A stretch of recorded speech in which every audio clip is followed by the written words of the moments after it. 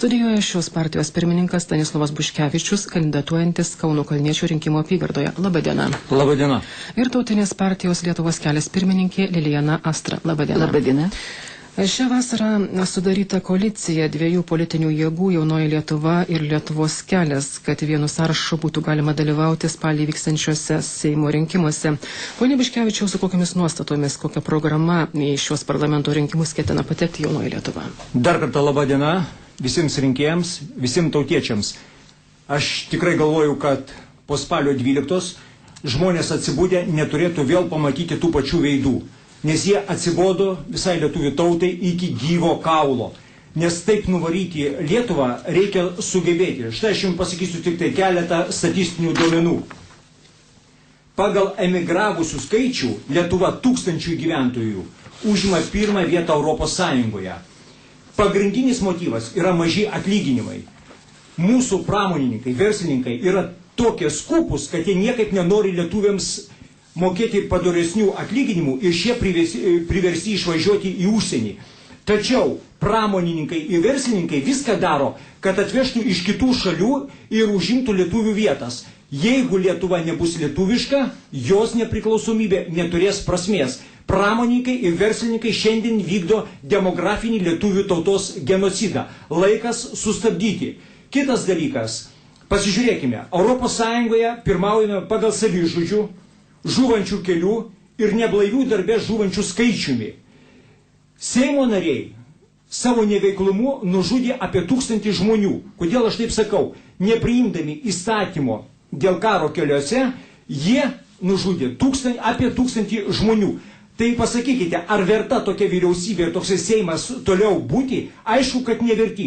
Jie visą mėnesį dabar aiškis apie įvairias programas, makroekonominius procesus, infliacija, defliacija, tą, ką galima pasiskaityti kiekvienoj knygoj, kurių yra pilna knygynuose. Reikia rinkti žmonės, kurie savo gyvenimu įrodė principingumą, o ne tos, kurie mums kalba tik tai apie programas. Programas galima parašyti.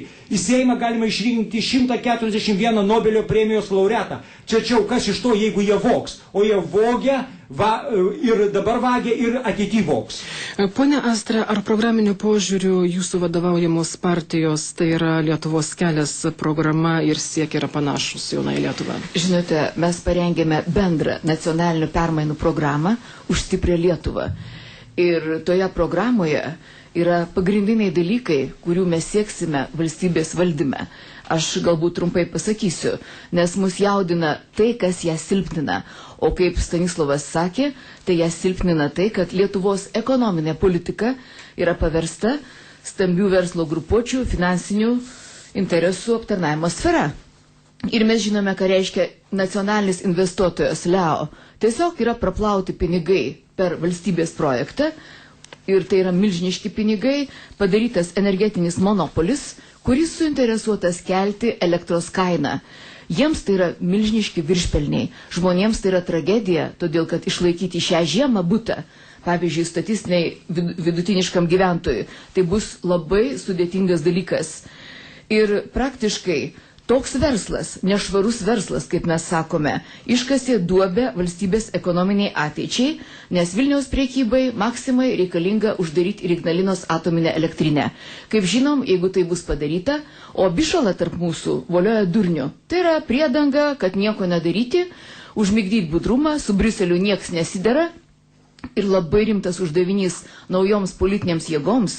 Tai būtent iš tikrųjų nacionalinė dėrybų komisija dėl Ignalinos atominės pratęsimo, nes Europos parlamento pirmininko pavaduotojas, ponas Vidal Quadro, buvo atvažiavęs į Lietuvą, sakė, duokit dokumentus, mes suprantam jūsų problemą. Elektros kilovatvalandė kainuos litą, tai bus tragedija visiems, ir nacionaliniam verslui, ir gyventojams, kad nebūtų krizės. Briuselis pasirengęs padėti, bet yra bėda didžiausia, kad iš tikrųjų nešvarus verslas, parsidavę politikai, kurie mokami iš dujininkų, šilumininkų, reiškia vis tik tai užgrobė valstybės valdymą. Žmonės turi būti budrus. Jeigu jie nerinks nekorumpuotų politikų, gaus valstybės vagis. Tai vis dėlto kaip galima jūsų manimų izoliuoti tas stambesias grupuotės? Vis tiek jos sukasi versle, jos turi daug pinigų, gali daryti įtaką. Pone Buškevičiau. Na, aš galiu pasakyti labai paprastą dalyką. pirmiausia, turi būti uždraustas finansavimas iš verslo pusės. Politinės jėgos turi būti remiamos tik tai iš valstybės biudžeto, aišku, minimaliai, kadangi yra nekokia ekonominė padėtis, tačiau žinokite, pačiam tenka susidurti su verslininkais, kada eini į rinkimus, prašai paremti, tai dar nei karto nebuvo taip, kad paremtų tik tai idėją. Aš visą laiką, aišku, pasakau, remkite idėją mūsų ir nesileidžiu kalbas, bet tai vis tiek jie sako, na, būtų gerai, kad ateityje kažką tu ten mums padėtum. Aš sakau, remkite idėją, o tada bus visai Lietuvai ir jums gerai. Bet visada jie kaulina, kad tu remtum ir juos dar kažkaip tai asmeniškai kažkokius jų projektus. Dabar jūs pasižiūrėkite. Pramonininkų lyderis Lubys pasikviečia visus ant kilimėlio ir aiškina, kokią turime politiką vesti su Rusija. Kažkada mums Salomėja Nėris, Sniečkus ir kiti ir Paleckis aiškino apie Saulę iš Maskvos, o paskui 50 metų buvome okupuoti. O dabar jie kišasi į mūsų geopolitinius interesus. Mes, politikai ir lietuvių tauta, žinome, kaip reikia elgtis ir tūkstančius metų turime patirties, kai mumis nekartą buvo okupavę. Ir niekas mums neturi teisės nurodinėti, kaip mes turime šiandien palaikyti Gruziją ir Ukrainą. Mes turime juos palaikyti, nes palaikydami Gruziją ir Ukrainą mes palaikome tame tarpe ir Lietuvą.